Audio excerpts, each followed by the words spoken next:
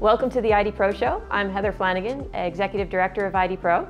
And I'm Chris Cochran of AKA Identity, and we are here with a very special guest. We have Sebastian Rohr. He's the co-founder of Umbrella Associates. Welcome to the show. Glad to have you on.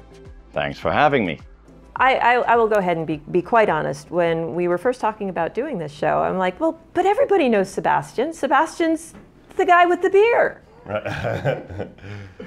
Yeah, that's absolutely true. And our dear friend who sadly passed away last year, Vittorio Bertocci, put it quite well when he posted a picture of that famous beer and used that certain social media platform that everybody's shunning now to say what a great marketing stunt by Sebastian to come up with real identity beers, because we are by no means the people who coined the term. There's been identity beer branded meetups in Amsterdam and Stockholm, like Martin Sandren by IKEA and others are organizing them. But well, Germany, the country of the beer, sort of, we thought, hey, we can do better. And so as I live in a small village that actually has a craft brewery, which I know, I just went there and said, would you be able to brew us a special identity beer for 2023? And yes, of course they did, and it was a huge success. So this year we even got two varieties. We have an identity beer 2024 edition, and we also have an authority beer, which was the idea of my partner Roland, who is very, very active in the authorization community, which also is due to the fact that last year during the Identiverse conference in Las Vegas, Omri Gazet and Gert Rapers and Roland myself were standing at the reception and wondering about the Identirati, and you know that authorization is an up-and-coming red-hot topic. Mm-hmm. And so we just said, we need to brand that, and we came up with the term Authorati, and well, now we have Authority beer. Wow. So how does one acquire this beer? I actually post lots about it on different social media platforms, and especially on the ID Pro Slack channel, which I personally think is the best invention ever. That's the most important resource for me in my work life as a CTO of a tech company. I can go there, have a question, and within, well, being in Germany and Central Europe, sometimes takes a few time zones to get a reply, but I get replies from the brightest minds in identity. So It's just great. So I post about that, and you could imagine that bringing beer over from Germany to Las Vegas is a bit of a hassle. So we only have limited supply. So people usually just say, yeah, I really want one. Can you put me on the list? And so we actually keep a list where we say, okay, we got 18 bottles. Whom do we give them to, right? Right. And yeah, usually it's upon request or because we really admire the person that we're gifting it to. Because for us, it's a token of appreciation. The intention was not, I repeat, was not to have a marketing stunt, but it was really to show our appreciation for the brightest minds in identity that we were gifting those bottles to. Yeah. And that was so well received that we just repeated it this year. So are our beers in your pocket somewhere? Or? You will know that there are exactly 2 bottles in that bag over there. Really? Get out of here. Imagine that. Very cool. So I agree. The identity community is about community, and sometimes that might involve, as I believe you coined the term, liquid networking. Yes. Always appreciated. So and that probably leads to some creative problem solving, which I think is a little bit of what happens with Umbrella Associates, is you go in and do some creative problem solving. Yeah, especially that creativity, and no, that does not involve solvents of the alcoholic kind all the time, we better work without that beer. We use that after the work. But you're absolutely right. For us, it's most important to solve the business problems that our customers and prospects have. So we are really looking at the business processes and what the customer organization actually wants to achieve. And sometimes, or well, more often than sometimes, that is actually not a solution that is purely technical. Right. It is something where you have to take the business processes into account, where you have to take the organization and the communication in that organization into account. So again, it boils down to communication between people. So if it's an identity IGA related project, the first thing we ask, have you talked to the guys in HR? Have you talked to the guys and ladies in procurement, where, well, the third-party identities come from?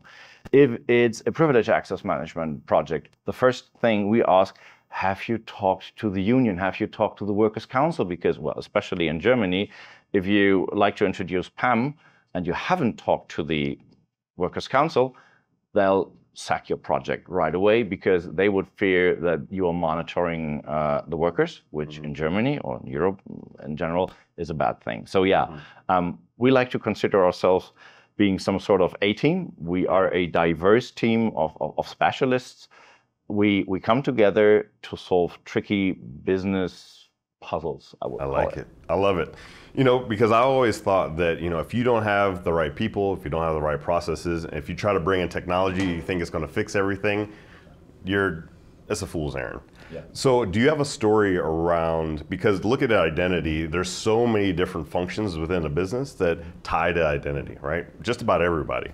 So do you have a story of maybe an organization that communication was just completely out of whack, and you had to bring them all together in one way or another? Do you have a story that you like to tell around that? Yeah, so one good example for that is a large utility provider in Germany that I specifically was called in, and they wanted to introduce a PAM solution. So my main task was to do a little bit of analysis, business requirement analysis, you know, talk to the developers, because they took away the admin rights from the developer workstations, and, you know, the developers were canceling their contracts in droves. Like they just quit, said, no, I can't work as a developer if I don't have admin rights. Right. Because they didn't have a solution in place that would grant them back those admin rights that they surely needed every once in a while, just in time, right? So I was doing that, but we figured quickly that they really had an issue with the basic IGA implementation they had, and as they were lacking enough personnel to treat it right, I assisted with analyzing the situation there too. And the first question was, have you talked to HR? Have you got a good relation with HR? Blank stares. And that was really bad. So we immediately started reaching out to HR, asking HR management to have a single point of contact, a person responsible for that exchange. And then we started kindly explaining why they were so pivotal for our success, why we needed them. So we didn't go there and demand good data.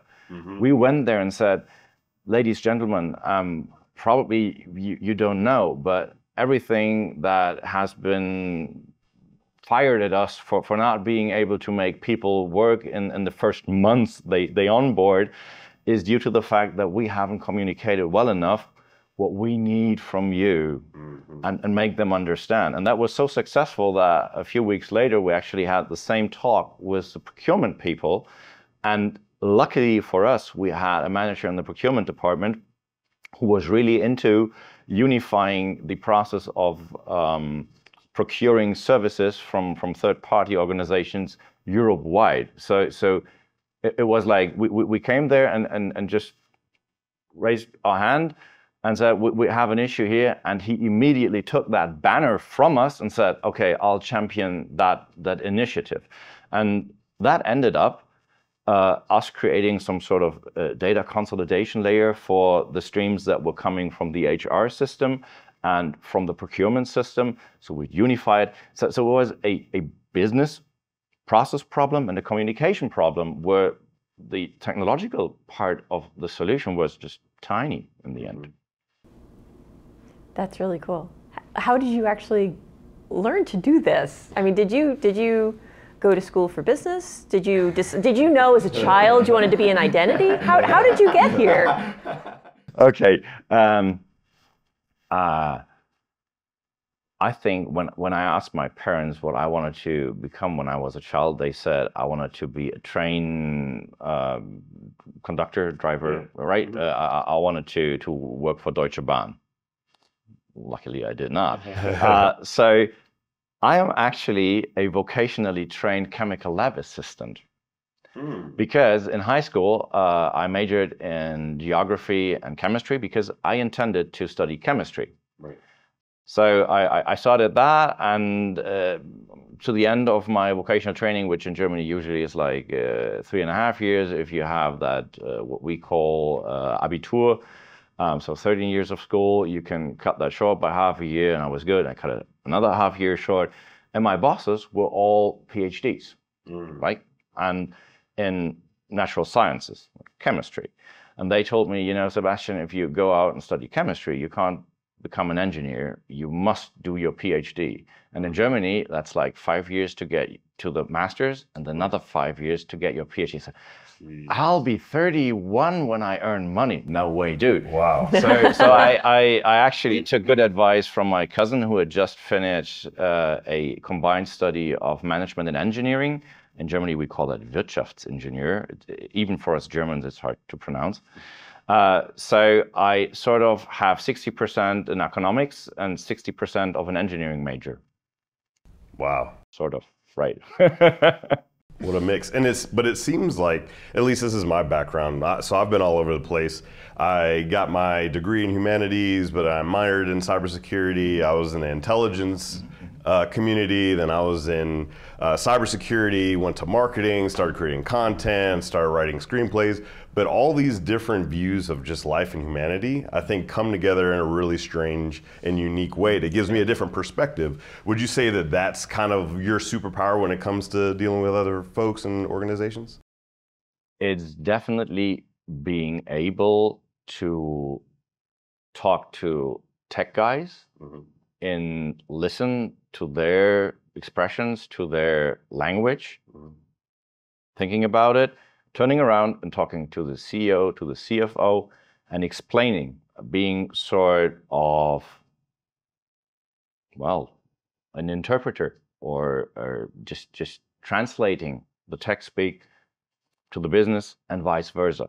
Because that's what I think is some kind of superpower. Right. Being able to do that and walk that line and feel at home in both sides. And this is why I actually love that Wirtschaftsingenieurwesen study thing, because, well, I had electrical engineering, mechanical engineering, I had economics, I had, I don't know, operational optimization thingies. I had so many things to do and learn. And it was such a funny thing that at a large German automotive company where I and the previous company that I led had like a huge part of the identity management work, that manager suddenly, who was running the active and identity services there, he got transferred to establish a new working group and a new team in OT security. That was like 15 years ago when that was totally new in Germany. And he just asked us, you know, you got some experience with that. You're in half of an engineer. Would you mind just tagging along? And yes, we did. And I was back in that automotive production hall where you know that smell of those machineries it's really characteristic. And I said, Yeah. I feel at home. Right? So yeah, we ended up doing both identity management and OT security for that organization, and talking to the production engineers is another skill I had to learn, because they are a different kind of folk. Again, they have completely different ideas and requirements. So yeah, I would best describe what we do as being a catalyst, or some kind of adhesive, some kind of catalyst. I think. I love it. And so I love this it. show is for everybody. This show is for everybody, whether you're an individual working in identity, or you're looking to get into identity, to people that are leading identity for small organizations, all the way up through enterprise. And I think enterprise is where the physics of identity certainly changes, right? If anybody's a fan of like astrophysics. I think that when you go into something like an enterprise, especially if it's an enterprise that's been around for a really long time, the identity is very complex, right? Because you have legacy systems, you have new things, you have mergers and acquisitions, all these different things. Yes, especially the latter, yeah. Let's say you have this jumbled mess, and you were brought in to help fix things. Like, what are some of the first things you would do? Quite literally, I would try to take a helicopter and rise above and see, okay, what does the organization look like? What's the history? Why is that stuff there? And you're absolutely right, especially in that automotive organization that I talked about. They go back quite long, and at that time they had 1.3 million identities under management, and that's like a decade ago. I don't want to know how many they are managing now. Many of the large enterprises, they all have Active Directory. It's the core. Yeah. And many others try to solve everything with that Active Directory, because like if you have a hammer, all your problems seem to be nails. Right. Unfortunately, some of them are screws and some of them have torques. Yeah. So we quickly learned that for such large organizations, it's typical and good to have a secondary LDAP, even a tertiary LDAP. So yeah, it's about understanding the history of why that stuff happened, and then not going in with a chainsaw or, I don't know, a caterpillar, but trying to understand, and then you pull at that root, you pull on that leaf, and you see who screams. Right. And then you first have to navigate the organization. Then you can start to come up with a target architecture, and then explain why we should move from the as-is state to the to-be state. And that requires, at least us, that's our understanding, that requires us to understand what are the motives of all the business units that you're trying to support here. And as you mentioned, mergers and acquisitions, if that is something I should dive deeper into. My partner Roland here had the honor to accompany that large organization through the acquisition of 2 major brands in Italy. And that was a really funny thing to do, because nobody expects identity management to be a big thing in a merger and acquisition, because, well, it's technical stuff, right? Right. Nobody in the management, nobody in the merger and acquisition suits room thinks about that. Right. Yeah. But it is a critical thing. And the interesting part why we suddenly got support for the identity and access management needs was that the managers of those, also in the, let's say, automotive market, one of them was two-wheel, the other one was really, really large horsepower sports cars from Italy. Those managers were not entitled to get those cars as a company car, but from the mothership. But to get a car from the mothership, you had to be in a certain LDAP group. So suddenly there was full focus, full management attention from Italy on making that identity management integration a success. Wow. Business driver, you got to have your car. Won't mention any names. Yeah. Wow. So we were talking a little bit, I heard you mention IGA, I've heard you mention authorization. Authorization in particular is a hot topic this year at Identiverse. How does that actually play out in the real world with what you see in the companies you work with? Well, usually there is a big difference between what vendors at large industry gatherings and conferences proclaim on stage. It's the age of authorization, whatnot.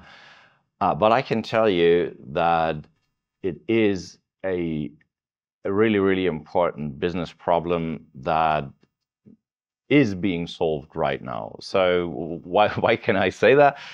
Because we've been working on a large project for fine granular authorization for 2.5 years now. So back then, some people may know that there's this Zanzibar Google paper that some people treat like it's I don't know, some kind of relic, ancient relic that needs to be obeyed. I don't know. But we were approached by one of those salesy companies that search for experts for a German-speaking engineer that had worked on Zanzibar in Germany. And I told them there is none unless you go to Google and find a Google employee that speaks German and has worked on that, which I assume there are none. But yes, we read the paper. Yes, we know the basics, and so we sort of got into that project and have created a pilot implementation for that. And that is a really, really, really huge set of problems that had to be solved, because it's about large electrical engines. Like there's a Hoover Dam there, and there are the large turbines. Well, there are large turbines that generate energy. There are even larger electrical motors that, you know, are used in mines to bring up and down the lores and stuff like that. So there are like a few hundred, maybe 4-digit numbers of those really, really large engines over the world, and they have like a gazillion ECUs, a plethora of levers, nooks and crannies that you could actually make changes to. And there is a large ecosystem of organizations that run, operate, maintain, install, tear them down, whatever. So there's many roles and similar roles in the owner, in the operator, in the manufacturer organizations, and they all should have different entitlements accessing these machines remotely. And the customer wanted an on-the-fly processing if that person in that role from that organization is now allowed to read or change that certain setting. And that brought us into this space, and we absolutely feel that this has a renaissance. We all know that David Brossard and Axiomatics have tried to solve similar problems, not the same problems, a decade ago. The world has evolved, and we definitely see that the authorization space is currently something that gets more and more demand, and more organizations are really saying, we are experiencing so much trouble with our auditors trying to understand how that homegrown application actually works authorization-wise, and we need to unify that. Or there's developers who just don't understand and say, I shouldn't implement that. Yesterday there was a discussion that we need to promote the whole concept more to developers, and open source tools like the OPA, they are really, really successful, and they have millions of downloads of that. So the developers understand that they shouldn't roll their own, but take something that is there and adjust it. So yeah, we do think that this is really, really important and is one of the major growth fields of the IGA landscape. I love it. I wouldn't ask this question of most people, but I feel like just because of how your mind works. No, I'm scared. Yeah, get ready for it. I just think how your mind works, I think you'd be a perfect person to ask this question. So we talk about identity, it's growing, it's becoming more complex, it's becoming more beautiful in some ways, because now people can focus on different aspects of identity, but then there are also different levels, right, of identity. infrastructure and complexity, what is that one golden piece of philosophy or one piece of advice that you would give that would scale no matter who you are in identity, whether just starting, you've been in the field for a long time, and everything in between? What is that one piece of advice that you would have for folks out there? Don't start with the technology. Start with a business process. Start with the business problem that needs to be solved. That is absolutely the prime directive, I call it. Easy. Easy. See, I knew you had an answer. So after the show, you and I are going to talk about the difference between easy and simple. You see, this happens when we are talking to people from different fields that have more language education. You know, I'm not a native speaker, so apologies if my choice of words is like below average, but I'm just trying. Yeah. But the subtle differences between certain words, well, as a German, we have one thing that really upsets me. Usually German is very descriptive, and you can narrow down the meaning of the description very well because there is a plethora of words to describe. But security and safety in Germany is Sicherheit. And that really, really hurts. So being an OT security also, really making sure that the people that you are addressing understand that you are now talking about safety and not security while you are saying Sicherheit all the time is really, really important. So thanks, Heather, for pointing that out. It's really, really important. The subtleties of language, it's the same as talking tech and talking business. The tiny, tiny little differences, very important. One of the hats I wear at ID Pro is I'm the principal editor for the Body of Knowledge, and you know I require that every article that we accept has a terminology section, because we are really as an industry really squishy on our language, which is unfortunate, and that terminology section isn't necessarily driving us to commonality in terms, but if nothing else, I do have a consolidated document so that you can see, authentication has been defined 4 separate ways. Oh, yes. Now let's look at it in context. Why was it defined in different ways? So language is very hard, and in our industry, it's not very precise, and that's dangerous. Yeah. That's pretty dangerous. If it's nebulous, if there's room for interpretation, you are going to mess up. That's one of the reasons why whenever we start a project, we like to listen to all the people talking and how they use certain terminology, and then we kind of raise our hand and say, okay, you just thought you want to provision that person. What exactly do you mean by that, right? You want strong authentication. What exactly do you mean by that? And in Germany, we also have another subtle difference, because in the authentication process, we say there is Authentisierung und Authentifizierung. And those are 2 sides of the same coin, because the one is you enter your password. So you claim you're John Doe, and then you enter your password, you try to prove it. And the second term is that the system actually takes that, creates a hash, and compares. So I always, when I do the CID Pro trainings in German, based on the perfect CID Pro manuals and Common Book of Knowledge, I like to explain that at the very beginning, walking through that terminology and making sure that we're all on the same page. And I always recommend, as a starting point, not only to create policies, because I can't implement a tool, or I can't have a system integrator that follows us implement a tool if there are no policies, if there are no descriptions what we're trying to achieve. I also recommend we need a glossary. And I say, you don't need to reinvent it. Take a look at ID Pro. They got a very, very nice selection, and which is also something that made me join the organization quite early on, because I felt that this Babylonic mess of interpretations of certain terminology was holding us back massively. So I'm really thankful for all your work. I really, really appreciate that. And I know that editing is a tough piece of wood to chew on. So yeah, thanks for your work here. I want everybody to know I did not actually set him up to say that. So. Yes, you did. Shut up, Chris. Thank you so much for taking the time out of your busy schedule to hop on the mics with us.